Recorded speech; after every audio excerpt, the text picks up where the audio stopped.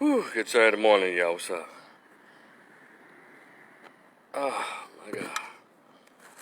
You got to get it in, man. Just make sure you don't come out this pandemic looking crazy. Looking like they're about to, damn, shut it back down.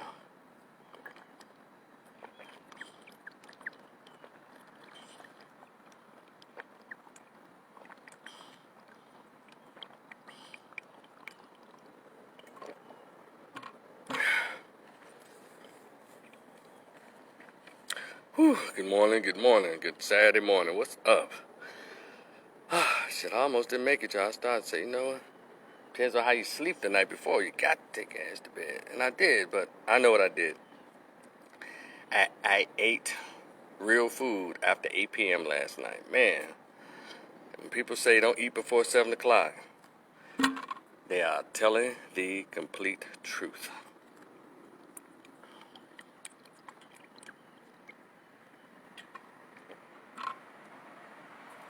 I made a fresh pan of cornbread. I made a crock pot of my collards and mustard greens, and I fried some tilapia fish. Oh my God, couldn't help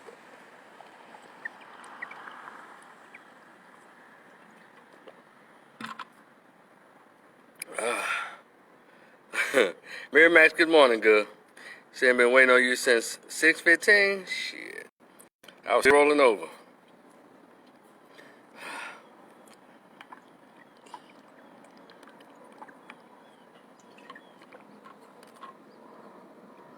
Oh, this comes in handy, girl. Thank you, Mary Max.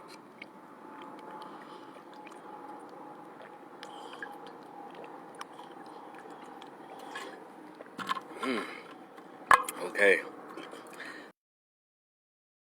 let me stop hitting this water like I'm a hippopotamus in a Serengeti, throwing his face down in the goddamn pump river. Uh, okay. Good morning. Let's do this. Well, some of y'all already up, been up, probably like Mary Max, just at 6 a.m. My alarm clock went off, but my body said, hold on a minute, brother.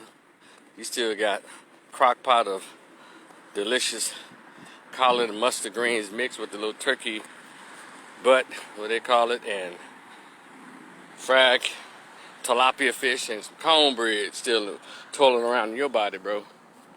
So, get up and hope that'll finish digestion this morning. I'll eat some yogurt, do a little shake and yogurt and maybe a couple of apples to help that push on through.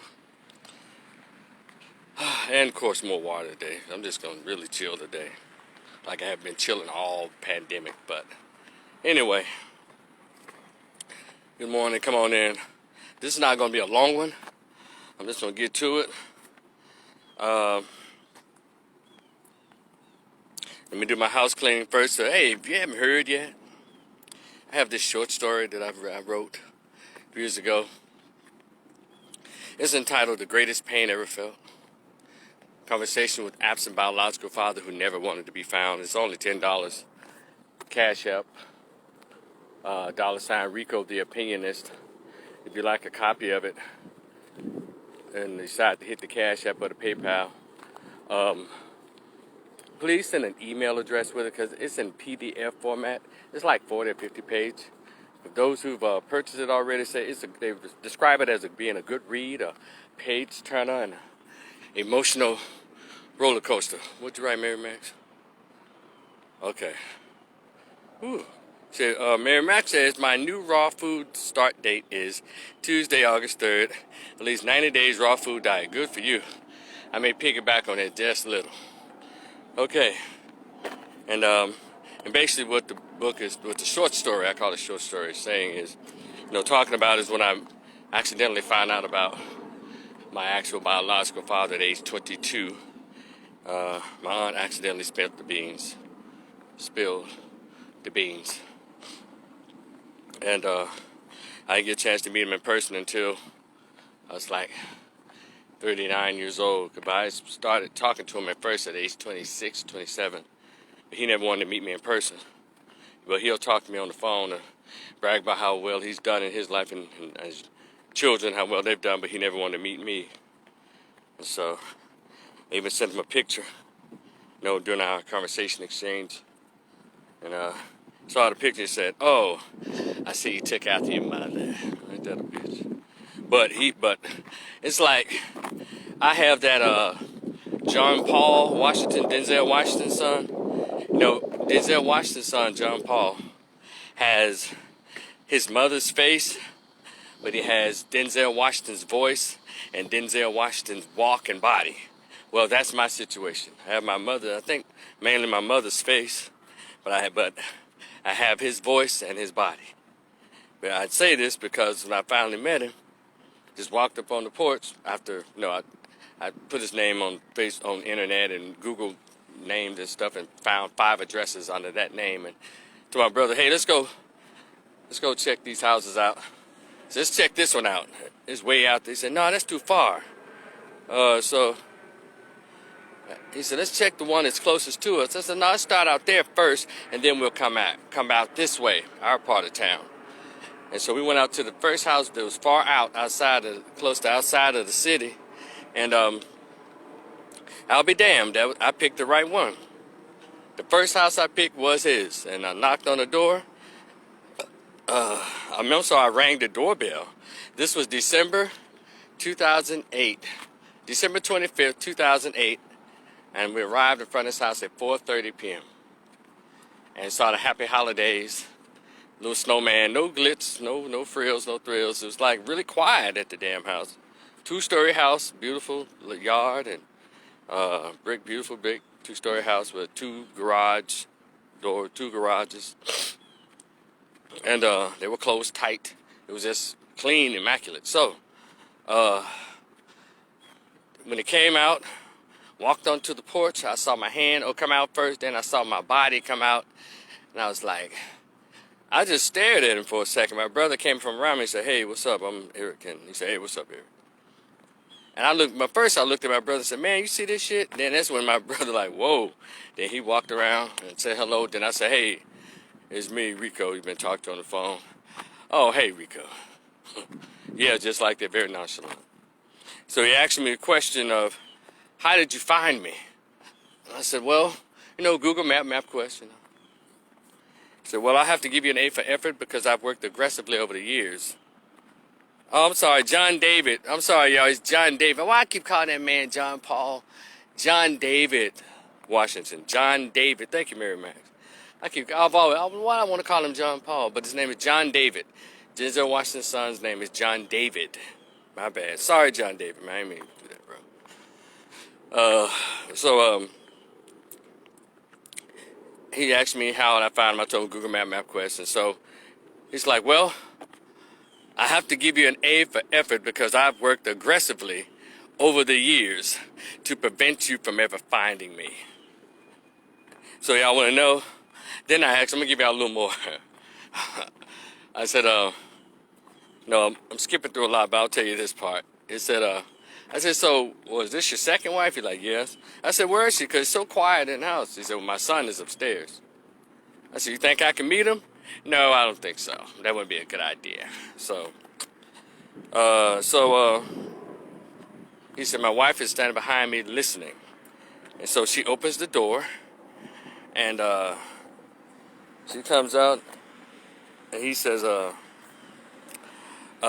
she came out looking dead at me. He says to her, "Hon, I don't know if we've discussed this, but when I was young, and I had a son, and here he is." Just like that. She said, "No, we never discussed this." And I said, "How you doing, ma'am? My name is Rico. I just had come up here today to meet my dad, who I've never met before or seen in person in my whole life." She said, "I understand. I know you had to do what you had to do." Then she left. And then he standing there with his arm folded, like I was returning a microwave I had stolen the day before. Oh, real fucked up. Oh, the attitude was atrocious. And by the way, I was never really invited on the porch. He's still on the porch I stood on the steps and talked to him. And so, next you know, 5-6 minutes later, the wife comes back out with the now adult son, because when he was little, he didn't want me to meet them. Now he's 18, and to his shock, she brought him to the door. I said, what's up, what's up? He's like, hey, what's going on, man? Blah, blah, blah, blah, but never introduced me as, hey, I'm your brother, just like, hey, what's going on? Like, probably some dude at the door. And so, we just chatted up. The next thing you know, the mom says, well, you know, you don't have any shoes on. And he said, yes, son, you don't have any shoes on, so you might want to go back inside. No, pushed him back inside, 18-year-old dude. So, really cool to do it at the moment. But anyway, so if you'd like to hear the rest of that story, check it out. $10, PDF format, Cash App, $ Rico the Opinionist. It's on this Facebook page, it's live, and it's on my YouTube channel, Rico the Opinionist. Like, share, subscribe at your own risk, because my opinions vary. Unknowingly, I wear a size 58 shoe, and I unintentionally step on toes. That's not my goal. I'm just sharing my thoughts. Okay, let's get to it. Thank y'all so much for this, for my my commercial, but hanging out with my commercial. Good morning, Cynthia Leak. How are you? All right, let's get to this, right? Y'all know I've been on this thing, paying attention. There's a lot of other stuff going on, but I try to, there's certain things that stand out. You know, some people think, what about the January 6th stuff? Who cares? That's a bunch of shit, bullshit, who cares? There's enough people dealing with that. It's just particular things that I pay attention to that really affects me. And, well, so Rico, you saying January 6th doesn't affect you? No, it doesn't affect me. Those, I call that white people issues. That's their stuff. Even though we love to try to get in white people business all day long, like we're full Americans. How the hell we full Americans? We still 3/5. How the fuck how are we full Americans and we have to have our voting rights voted on or recertified every 25 years? Full Americans don't have their voting rights certified every 25 years. Yeah, we're almost less than immigrants. So that kind of stuff. There was a coup attempting to take over the government. I'm gonna tell to all you brilliant folks out there who say stupid shit like that. Do y'all know this government has the top military force in the world, the top CIA, FBI? And y'all thought those few folks and that little, it wasn't an insurrection either. Y'all read history, you know what an insurrection is. They go in and take over and, man, shut the whole place down. All they did was run through the building, knock some pictures off the wall, cut some folks out, and, you know, there's a couple of folks got their heads got taken out, you know, to make it look good. But that wasn't an insurrection. Because it looked like one hard nobody at work that day. I saw the video, I said, it looked like nobody was hard at work. I know on a Monday morning they got more security than that, or hell, a Sunday morning they got more security than that. So I'm not going any further because people get sensitive. What you saying? They set that up or something? No comment. So I stay out of it because they've had too many movies, you know, films at the movie that told y'all about this shit. A movie called Wag the Dog, go check it out. And a movie called War Games, go check it out. They've always told us what they're gonna do. But we still, with these master's degrees, registered nurse credentials, PhDs, we still act like a bunch of empty moonhead ass, unaware, blind human beings. I guess what they say, the masses will never ever make it to the promised land, only the few who are listening and paying attention. What's up, masses? So, now this what's going on now, this affects me. When there's attack on freedom of speech. And y'all know the rapper the baby is going through it. He's, you know, and all of the liberal media and black female bloggers and these hosts of these black rap stations are all joining in. Yeah, that's right, Mary Max. Black community stuff is what concerns me. And so they all got the phone call to say, okay, he has offended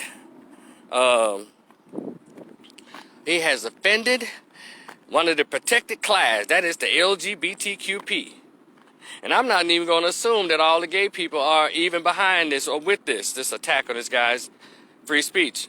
And y'all can go Google. You can find him on Instagram. All his videos of what he said. I heard what he said and heard his response and his so-called apology. And you know what I do is appreciate he's remaining steadfast. He said, look, you can't fight hate with hate. Don't y'all say that to us? So I'm glad he's using their talking points to shut them down. Brian Davis, good morning. Shout out to Cypress Junior High Schools and all that. And Vandalia and what's that street? I used to live on the street we used to, Dexter, Norman and all that. But anyway, so the rapper The Baby, you know, when we get out of our feelings and all of this and really look at stuff for what it is, because I always pay attention to things that impact or affect African American, black men and black boys.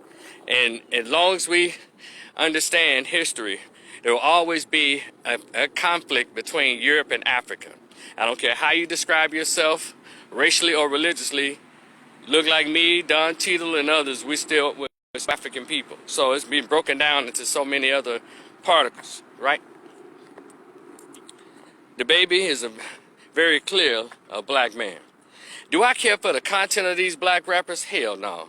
Because they're black rappers today, 98% of them are nothing but hard prostitutes for the white supremacists. They will pull their pants down around their ankle and ask them how much Vaseline you gonna use, or some of them don't take no Vaseline. Anything for $1 to sell out their race. Alameda, thank you, Brian. Thank you, Brian. These black rappers ain't worth the shit as it relates to how they sell out their race and with every CD. They promote violence. They are paid to promote violence and torture and hate and murder towards their own race. And guess what?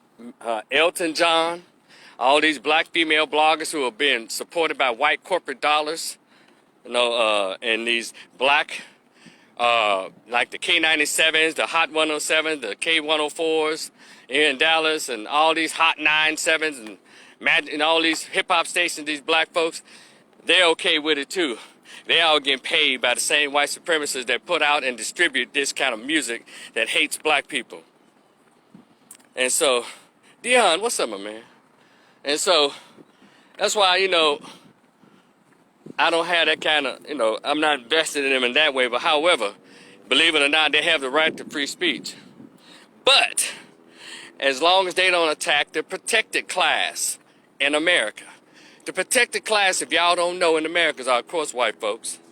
Now, when it took Joe Biden only 1 week and Kamala Harris 1 week to pass an anti-Asian hate crime bill, and we've been trying to get the George Floyd or just an anti-lynching bill off the ground forever. They always put it up for debate. And then reparations, they always put it up for debate. But you saw allegedly one black dude attack an Asian, and all of a sudden now all Asians are in threat of being attacked by black folks. How did they become a black folks thing? And you got Asians all up and down Hollywood, all up and down South Dallas and Oak Cliff, owning soul food restaurants, nail shops, and all this. If they felt like such in fear of their lives, how come they ain't moved their asses out of all these black ghettos? And y'all fell for that. Y'all done cuss y'all black Democratic politicians out for signing off on that shit. Get out of here. If you're a heterosexual, masculine, straight black man who's not gay, and you're still a Democrat, you need to look in the mirror and look down in your shorts and see if there's a man part still there, because it doesn't make any goddamn sense. I understand women doing it because the Democratic Party is for homosexuals and women anyway. But it's not for black men, straight black men and straight black boys. Yeah, we should have learned this during the Obama era. But anyways, during the Clinton, that's when all the crime bills and shit was popping off.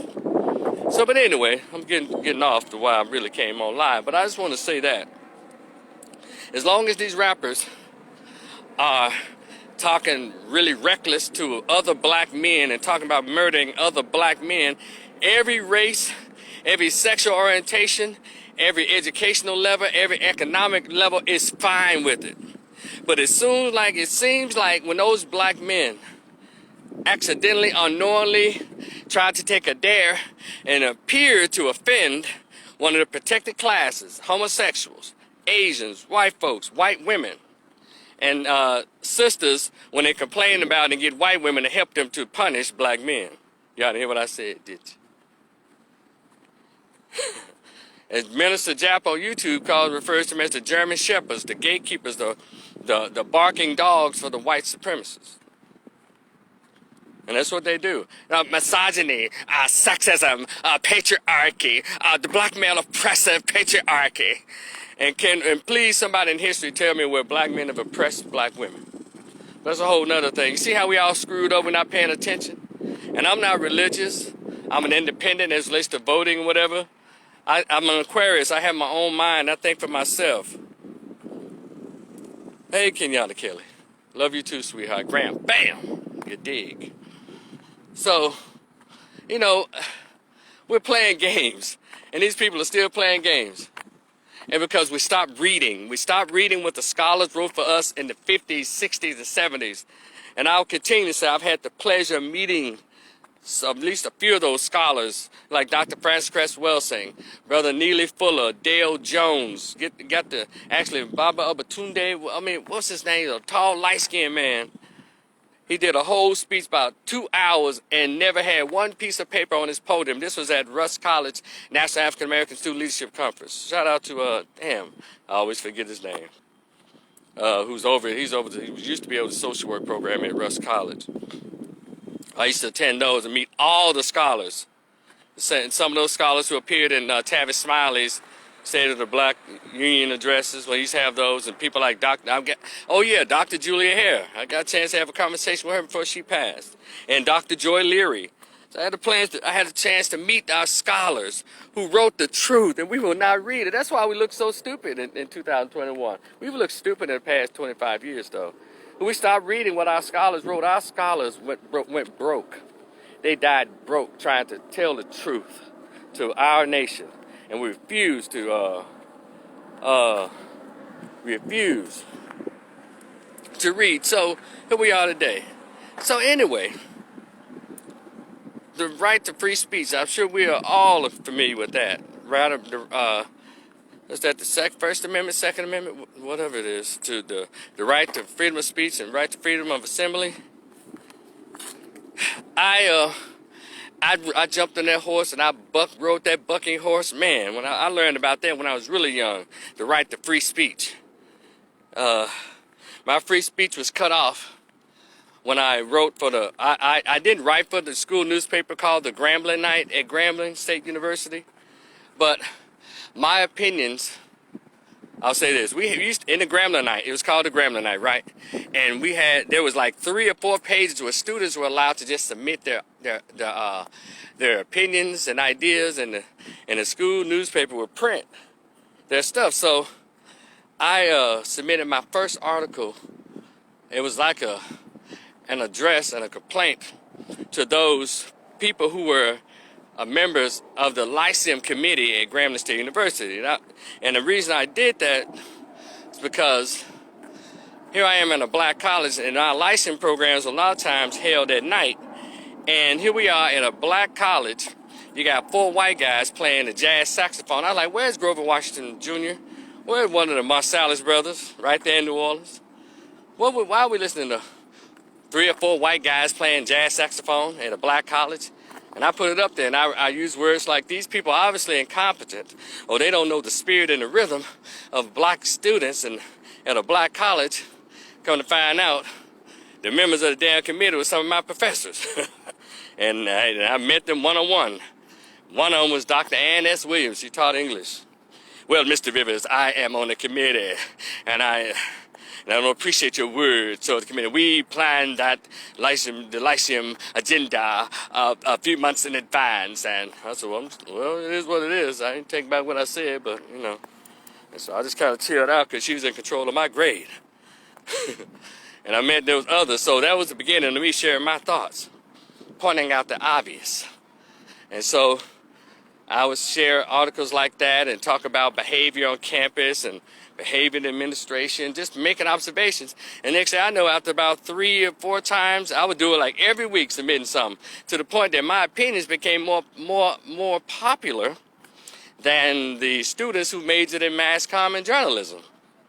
people, I noticed, and it's something I noticed myself, because I used to walk around, everybody know who I was, but I used to hear students say, I wonder what Rico Rivers wrote in the Grambling Night, and they would go and snatch the papers up. I saw this, so it's not what people told me, I saw it. I said, well, damn.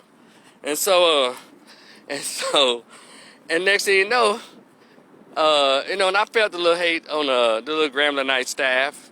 A lot of them were supportive, but I learned later that some of them were hating on me behind my back. I walk in the Grambling Night like I majored in mass comm, like I worked for the Grambling Night. They had their own staff writers. Shout out to Miss Dunn, Miss Joyce Dunn, and her cute daughters at the time, yeah. And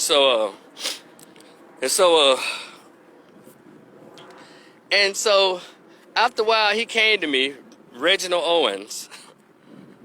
He said, well, Rico, he must have got that phone call. And Reginald Owens came to me and said, we can't continue to accept your opinions, your articles. I'm like, well, I'm not the only one. We got a campus of about 5,000, 6,000 students. But you keep submitting them. He never gave me a good example, a good excuse. How you not going to accept mine, but you're still accepting everybody else's? He never gave me. And so, that's how I know you. That's how a lot of people knew who I was, because of my writing and sharing my opinions. And so, this dude, he was the editor, I think, over the Grambling Night at the time, Reginald Owens. And he wore kind of thick rimmed glasses, talked kind of fast. I didn't get a lot of masculine energy from him at that time. He just always kind of like, but maybe you can try again in 2 weeks or so. So I'm like, okay. So I submitted another article for our opinion page where we pay tuition at our university.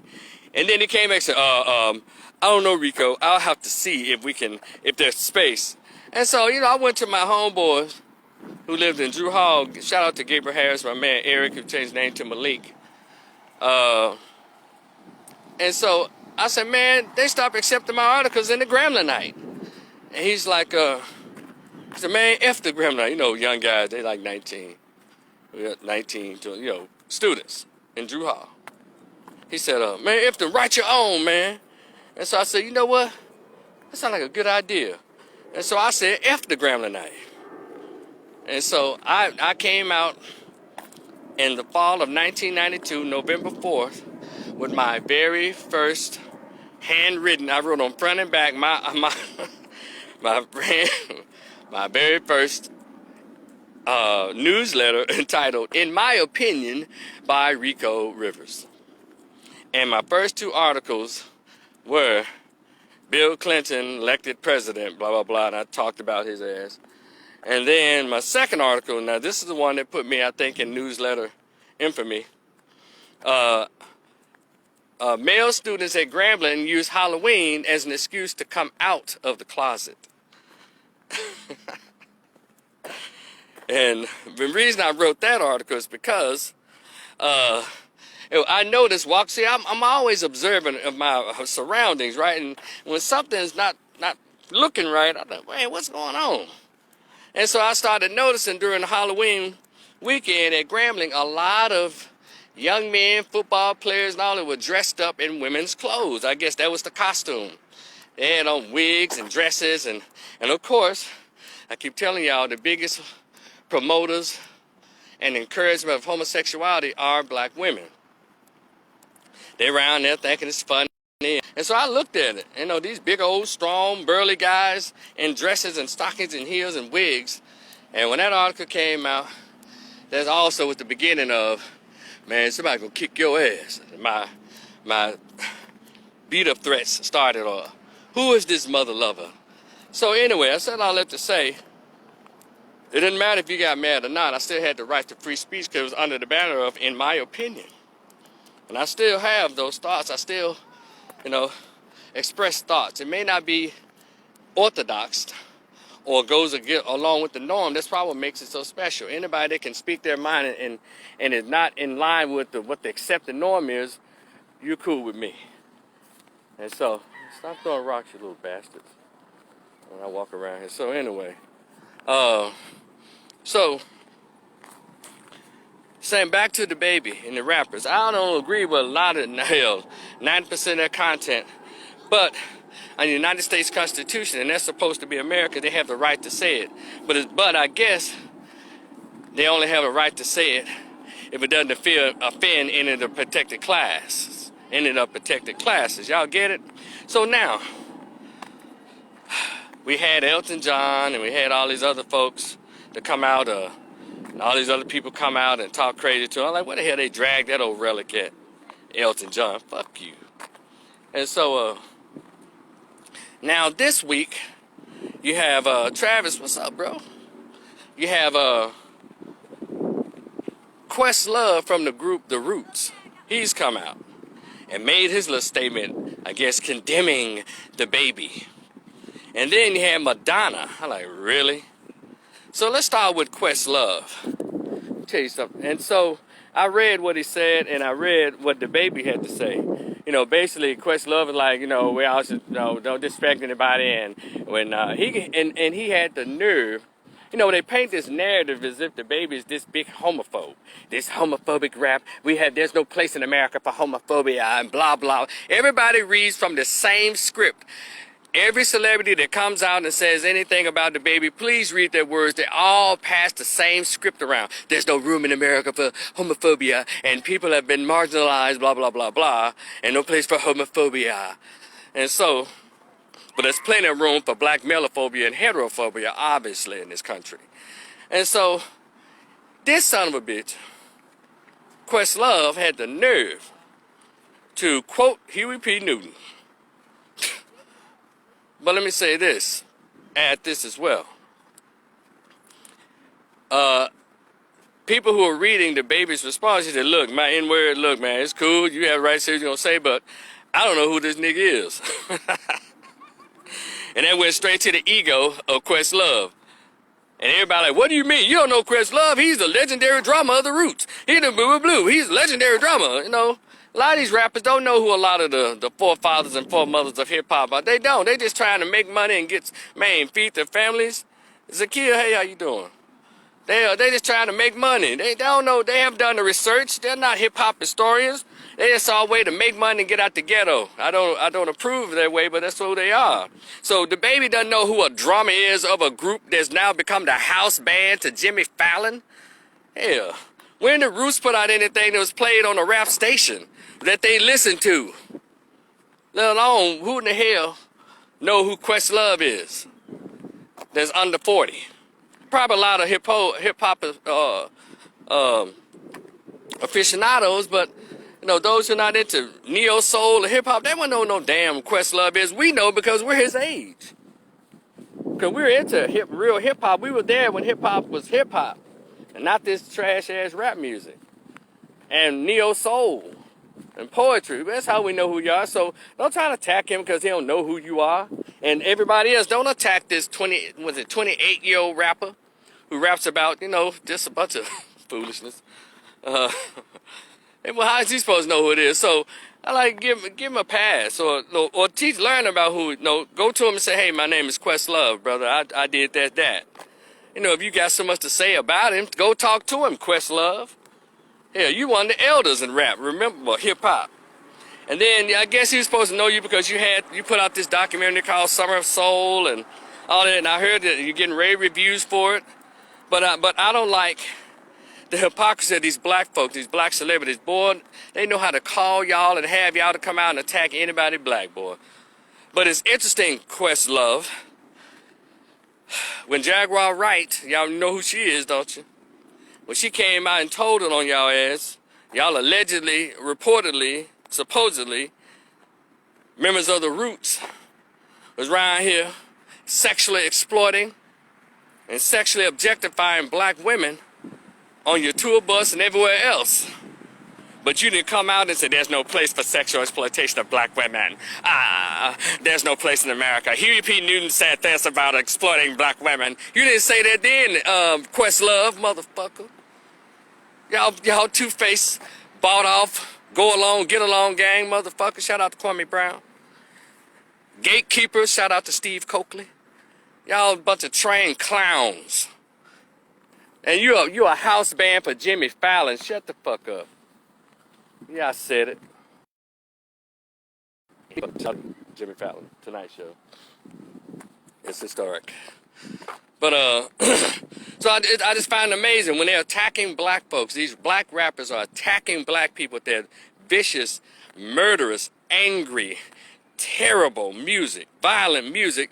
Nobody has anything to say, including you, Questlove. But now you want to get clout and pats on the back from white corporate America and LGBT. Y'all, I'm telling y'all dudes are questionable around here. And see, what you should do is say, I respect his right to freedom of speech. I may not agree with the content, but I respect his right to freedom of speech. But y'all want to do a whole Martin Luther King goddamn diatribe when it comes to trying to get black men in check. Let me tell y'all something about masculinity. America no longer wants masculine men, let alone black men. Dr. Jawanza Kunjufu always wrote about countering the conspiracy to destroy black boys. Dr. Amos Wilson wrote about the psychological trauma of slavery on the black community, particularly the black man being used as stereotype as an aggressor and an angry brute in this society. See if y'all read what the scholars wrote. Y'all know what this stuff is about. See, we won't read what our scholars wrote. Dr. Naeem Akbar was always trying to write books to tell us that black men, I have a vision for you. Dr. Frances Cress Welsing spent her life talking about the emasculation and feminization of black males in her books and her lectures. But it's talking about protecting black men, so don't nobody give a shit. And so here we are again, time after time. As soon as you say something about the LGBT or any other protected class, legally protected class in this country, all of a sudden they bring out the big guns to try to attack one person and everybody fall in line. Yeah, he's lost some endorsement. That's okay. But those of you who are rap lovers, y'all won't let him fall off, right? Because I don't buy his music, but I find him to be entertaining. And then he worked with people like Dua Lipa, made her song a worldwide international hit with his rap. He's a very entertaining brother. I just hate his content. A lot of these rappers are very good rappers, but their content is trash when it comes to black folks. But you ever notice when these black rappers get on and do features on these pop and white artists, they don't sound that mean and ugly and vicious because they know they're talking to white folks. I'm telling you, that Willie Lynch is real. You attack your own, but you make sure you put your best shirt on, your best suit on, tie your shoes up tight, and make sure they're shined when you're addressing white folks. And then black rappers are no better than anybody else. And then these are young people coming out the ghettos. They try to keep everybody ghetto so they can come out and they can be bought off at any price. Y'all didn't hear me. That's why I'm always telling us who got the master's degrees and the PhDs and the access to millions of dollars when you work for white folks, how come we're not that smart going back to the black ghetto and sprinkling some of that seasoning, shout out to Kwame Brown, on the black ghetto and raising them up out of that? Or rebuilding. It's funny, we got master's degrees, PhDs, certifications, all kinds of abilities and experiences when we're working for white corporations, but our brains seem to shut off when it comes to what I need to do about the ghetto. I don't know what to do. Maybe I mentor. There's something wrong with us. That Willie Lynch is real. Y'all keep debating it online and shit, but look at it. All you got to do is look around. Listen. And so all the celebrity Negroes are trained to attack like attack dogs. Use their huge platforms to attack one little rapper. Isn't that something? And then they're going to pull out Madonna. Where the fuck did they dig up this bitch's bones? You old relic. You female crypt keeper. You ugly ass. And you, Madonna, all people. Madonna has exploited every genre, every sexual orientation to get a hit. She exploited black men's sexuality. She exploited the Catholic Church. She exploited gays. That bitch don't stop. She tried to suck the life out of Britney Spears and Christina Aguilera right there before our eyes on MTV Awards. They should have kissed that old witch. Yeah. What I'm talking about. This coming out the white folks coming out the woodworks. Madonna, if you want to help anything, goddammit, help young girls to believe in their original body. And she done bought some new booty that look like two smudged Twinkies. You little tired ass bitch. Yeah, that's what I'm talking about. You gonna bring your old tired ass. You gonna come out of Detroit trying to fool people tomorrow. You like a virgin. That's right, you a like a virgin. You sure wasn't a virgin, you raggedy bitch. How dare you? And that's why everybody should zoom in on her ass.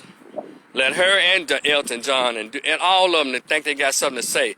None of them have anything to say.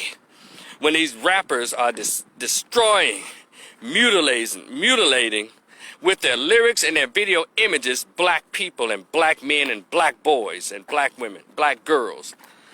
Madonna even was on stage wearing a grill. Y'all remember that performance at the Grammys? This old bitch had a grill, but it's okay. But as soon as you say something to appear to offend the LGBT, here all these motherfuckers come. And y'all haven't picked up on that yet? Y'all haven't picked up on that? Gotta be out y'all damn mind. I know I'm not the only one paying attention. We got a lot of brilliant black folks. It says got too many bought off black folks. Hell. They ain't gonna try to, and Questlove and gonna try to use some Huey P. Newton quotes. Shut the fuck up. You've had 30, 40 years to address this rap music. Address the part where they're talking about killing other black men, Questlove. How about that? And I'm going to stay on their ass. Anybody else that's famous and black coming out against this dude, I got some smoke for your ass. Keep striking the match. I got the smoke, goddammit. And we need more black men to come up, because this is bigger than the baby. This is a continuation of the attack on black masculinity, on black heterotocracy, goddammit, black patriarchy. And y'all need to, and you mothers of sons, y'all should be angry. Because we may not like his content. We may not like his image. And I was just talking about his ass right here trying to catch up with Future and creating baby mamas. But I will stand behind the right to free speech. Even though Facebook and Instagram try to shut it down if you sound like you're waking black folks up. Yeah, I said it. It don't make any damn sense. Because what y'all think happened to the baby, you don't think it's going to happen to you? Have a smart son in 8th grade and he speaks up and acts out his masculinity at these suburban schools y'all send y'all kids to. Let him dare act like a real boy. You'll see what they're doing to the baby, they're going to do to your son who is in the 6th grade, 8th grade. But your daughter can get to run wild because women tend to just go ahead and acclimate into the background. But the sons are who they're always looking at. From first grade all the way up. Your son mess around and get over 4 feet tall. Everybody's okay. He's about to grow up into a buck, a strong buck. We got to shut down his masculinity. And we don't mind him being big, but we need him wearing pink shirts all the time and speaking very softly. And when we answer him, he needs to be shaking like he doesn't know how to answer. We need him to be a big, timid buck. We don't need him. We need him to be Terry Crews. We need your son in the 9th grade at this multiracial school or majority white school to be a Terry Crews. So for all of us black men and black women that think it's okay what they're doing to the baby, even though we don't agree with his content, but he's still a masculine black male. And those of you with sons, y'all need to pay attention to this shit. Pay attention. If they're gonna attack one black male, your son is next. If he dares exercises his masculinity as a boy and as a man. Because that's what this is about. It's so bad that black women don't even want black men to be men. They want them to be yes, bitch, yes. Say what you say, yes, bitch, yes. Shout callers, man. They want them to be pink shirt wearing ass dudes. But they only want them to express their masculinity. But you only want them to express their masculinity, sisters, when you want them to act as your sick dog. No, he did just disrespect me. Sick him, Bruno. Sick him, Tyrone. Sick him, DeMarquavius. Sick him, Javante. Sick him. Hey, man, you got my bitch so fucked up. Pow, pow, pow, pow, pow. Javante's dead and a Negro going to jail for 50 years of life. So she go find another simp beta male dumbass. Because that's what that sisters today don't want no real man. Deshaun, what's up? Where you been, son? What's up? And so, shout out to North Memphis. And so, y'all don't want them. Dr. Fred Pickney, what's up? You don't want them to be real men. God damn it. So only when it's convenient for you. And that's going to have to stop. And so I don't agree with the baby's content, but I do not agree with anybody coming at him for freedom of speech. Freedom of speech. He has the right to freedom of speech. If you can't respect that, then there goes the goddamn democracy that we claim that we're fighting for every day. But I still question the democracy of black folks, though. Like, how the hell do we fool Americans and we have to have our voting rights voted on or recertified every 25 years? How can nobody who's intelligent answer that question for me? White people don't have no voting rights voted on every 25 years. Even immigrants that come over, fly over, jump the fence over, crawl the gate over, don't have their voting rights voted on every 25 years. But black people, we still call ourselves Americans. I guess, and then we're still 3/5 in that damn document. Are y'all hearing me? So we got a whole lot of shit that we should be doing, concentrating on, and worrying about what the baby said, because there's always an ongoing attack on black masculinity and black boys. Can't have no society without any men. Can't have a society without real men. You can't. It's never worked. Men that stand up and fight and work with their hands. So, anybody think that shit's cool, what they're doing to the baby, you're a fool. If you're black and you got a son, the attack on the baby is an attack on your son. And it's also an attack on your daughter. Because they taking all the black men out, you know. I don't need you or her to grow up and say, hey, there's no many brothers for them to marry. Well, sisters, stand up against this kind of tyranny. You know, when you study out standing up, marching with these damn white women, and these damn Muslim women, these Asian women, these other chicks, these feminists, stand up and march for the protection of black men and black boys. Stand up to break down these systems that prevent black boys from growing up to be full men. Darren, what's up? You know, all these systems in place to prevent black boys from being full men. What they call actualization of their manhood. You know, fight against the criminal justice system. You know what it'd be like if we had 100,000 black women in every city or across the country, or at least 2 million black women to march on D.C. to say enough is enough. We want our men, we want our boys saved. We want criminal justice reform real. We want these motherfucking cops around here hunting black males in the inner city and the suburbs, not only to criminalize them as it relates to trying to put felonies on their records, but also now we act like we want to say it out loud, but it's been happening, sexually assaulting black males. Yeah, these damn cops are weirdos. Around here sexually assaulting. Back in the 70s, they were getting head job and free coochie from the prostitutes.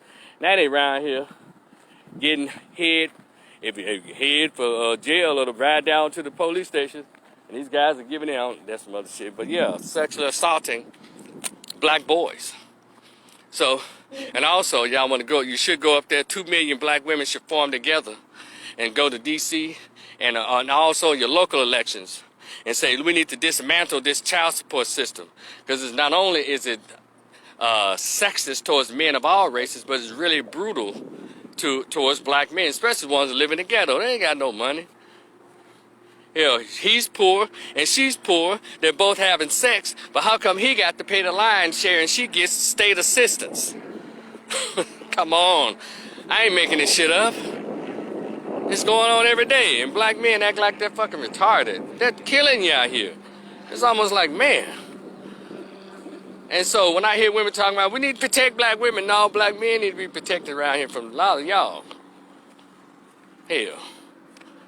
And every time I look around, they want to push, you always love your mama. No shit. A lot of these mamas are getting these boys killed. A lot of these mamas, if they were on point, had a father for their child, the boy wouldn't think he had to join a gang or go sell dope in order to help support her lazy ass. Get a father for the kids and stop asking for mentors. A lot of these mentors are molesting the boys too.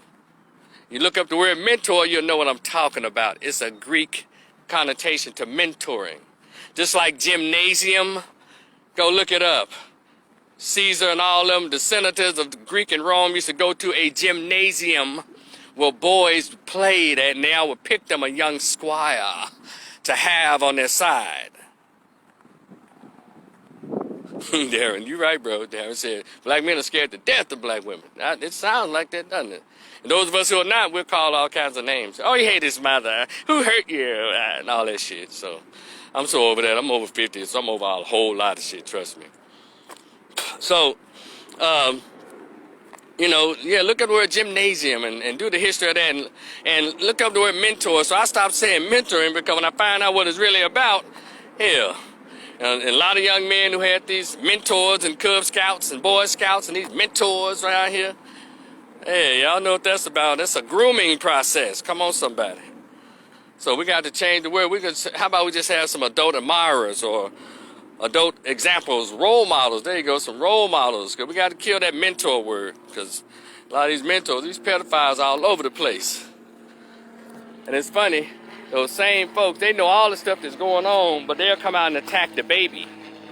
And I don't like that. And so that's my whole spill on it. We need to get ourselves together. We need to find out exactly what's important. Now, here I am, 52, and I was saying this shit all the way in my teens and my 20s. Saying the same shit. Because it lets me know, we all own a Sealy Posturepedic mattress and a what's called a My Pillow where we all just lay our ass down and stay asleep? Damn. You can't be that damn scared. Are we really that scared? Scared to stand up as a community, come together and say no more white racists, no more stupid feminists? Are we that really afraid to unify and put all our money into us? See, if these rappers had somewhere to go, if a lot of us had somewhere to go, the actors and actresses, they wouldn't have to be a part of that whole casting couch thing. But see, we got 40 million blacks and we still have to go to the mainstream America in order to be a success in a lot of cases. Because a lot of times you mention that you got a black business, shit, they walk right past. I ain't finna get that motherfucker no money. And don't you dare have a black business. You pull up in your brand new 2021, damn, we getting them too much money.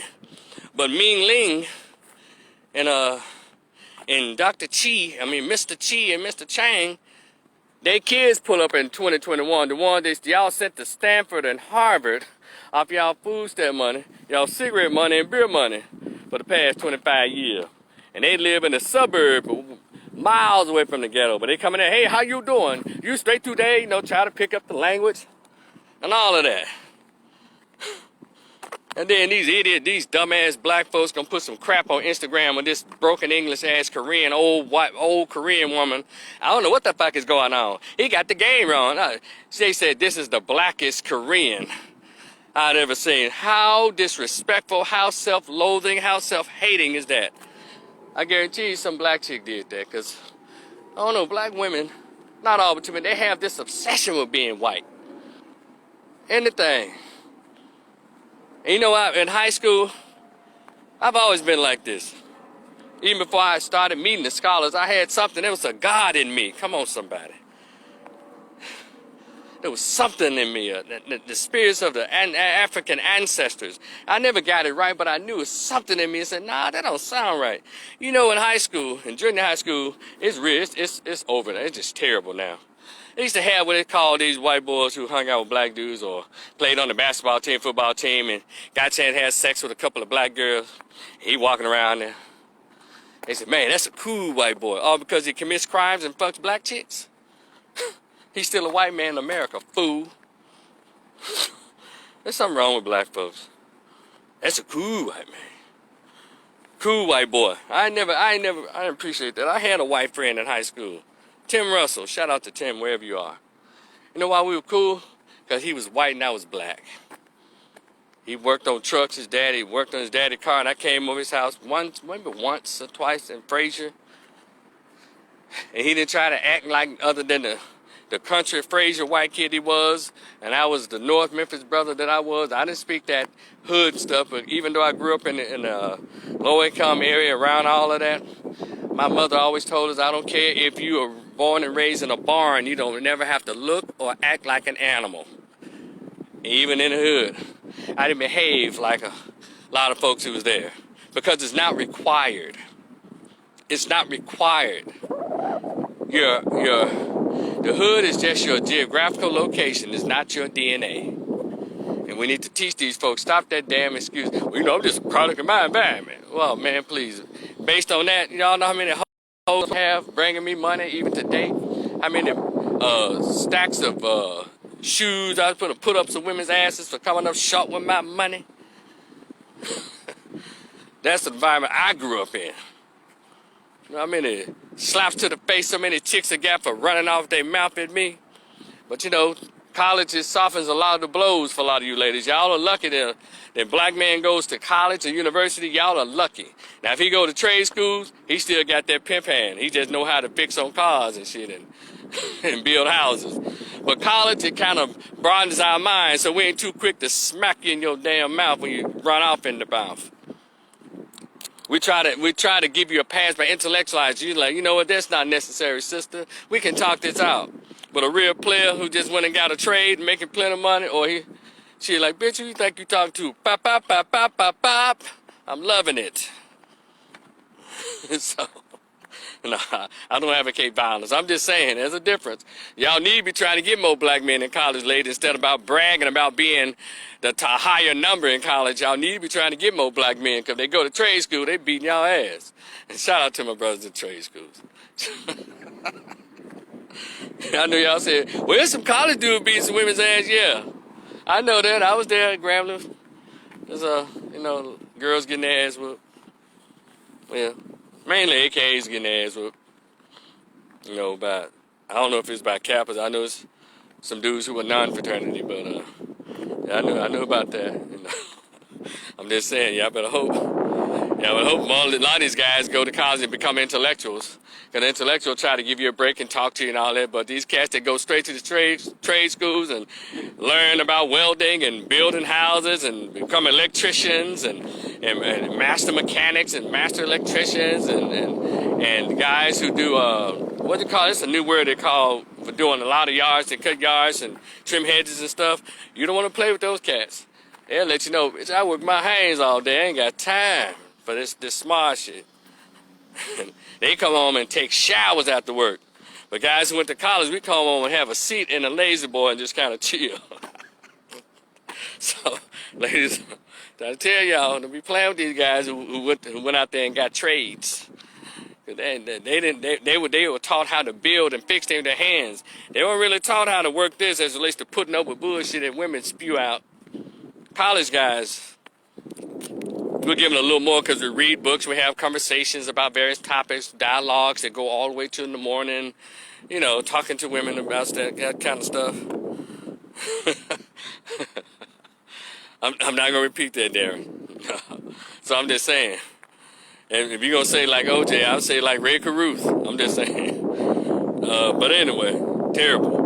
But I think I made my point a long time ago about the freedom of speech. For those of you who hadn't known, you hadn't found out yet, I have a little short story that I wrote. It's called The Greatest Pain I Ever Felt. My conversation with the absent biological father who never wanted to be found.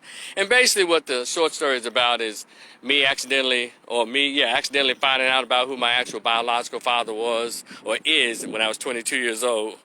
And my aunt, she spilled the beans. You know, rest in peace, my Aunt Pat. And so, trust me, it was some news for your ass. And so, I didn't make any contact with him until I graduated with my master's. I think I was like 26, 27. And that's when I got a phone number from him and a beeper, pager number or something like that, and office number and all that, and called him. And when I picked up, when they called his office and he picked up, he said, hello, this is such and such, and the department he worked at. And I laid the phone down because I couldn't believe that I was hearing my voice on the other end. And so that conversation lasted a few minutes. Like, hey, do you remember this? So he said, oh, yeah, hey. Very dry, very, didn't give a shit. And so talked on the phone. He never wanted to meet me in person. He never wanted me to meet his children that he had at the time, who were 6 and 8 at the time. He never wanted me to meet them. He would just say, oh, that wouldn't be a good idea. We'll just let fate handle that. And so so finally, at age 39 in 2008, December 25th, 4:30 p.m., I told my brother, let's go. Let's try these addresses out. I Googled up on the internet. We had 5 of them. I said, let's go to this one. My brother said, man, that's too far out. Let's start the one that's closest to us. I said, no, let's start there first and work our way back. And so we went out there, and it turned out to be the house. The house I picked first was the house that he lived in. Beautiful 2-story brick home, suburban lifestyle, very clean yard. Had a happy holidays, snowman with no movement in the house because the windows was open. You know, the curtains were pulled back. You can see through it, but it was as if nobody was there. I rang the doorbell, he came out, and I stared at my body as it came out on the porch, and I was like, I looked back at my brother, I said, man, you see this shit? And it's like, hey man, what's up? My name's Eric. He said, oh, hey Eric. I said, hey, such and such, this is, I'm Rico, you've been talking to. Oh, hey, Rico, hey. And I'm like, wow. So he said, well, so he asked me, how did you find me? I said, well, Google MapQuest, you know. He said, well, I have to give you an A for effort because I've worked aggressively over the years to prevent you from ever finding me. And that began a 2.5-hour conversation on his porch. He stood on the porch and I stood on the steps that led up to the porch. He never invited me up to the porch. And just basically talking to me, talking at me. He didn't have anything to say, really almost like, why are you still here kind of shit. So it was all very dry, there was some condescension going on. Made me act like I almost had to defend myself. I'm like, what the fuck? I'm not the one. I just came to see what you look like, man. And I remember leaving. I said, you know what? I didn't come here to ask you for anything because I was working as a full-time therapist and counselor in a treatment center at that time. No work, I'm doing me. Master's degree, I'm chilling. But I said, I didn't come here for anything. All I want to just see you, see me. And that's it. You could even do that. He had nothing. And it was fine, I guess. And so I said, well, you know, this thing is bigger than me and you because I have younger siblings and older siblings from his first wife. He had 2 daughters. And he yells, no, this ends right here with me. Yeah, so if you like to read that story, just cash up your boy $10. $ Rico the Opinionist. And spread the word. If you send that, it's in a PDF format, so please send me an email address with your payment on your Cash App or the PayPal. And so and I can send it to you immediately upon receipt of your payment. But other than that, I'm not going to hold y'all morning up. Thank y'all so much, those of you who came through. And Questlove, get out the conversation, brother. Madonna, go back into your hole, groundhog. Nobody gives a shit about what you think. And Elton John either. So anyway, I'll let y'all know when some others try to come out like they have something to say. I'm also on Instagram talking about this shit. And my YouTube channel, like, share, and subscribe. And in the description box of my YouTube channel, for those of you watching this on YouTube, everything you want to know that I have is in the description box. So like, share, and subscribe at your own risk.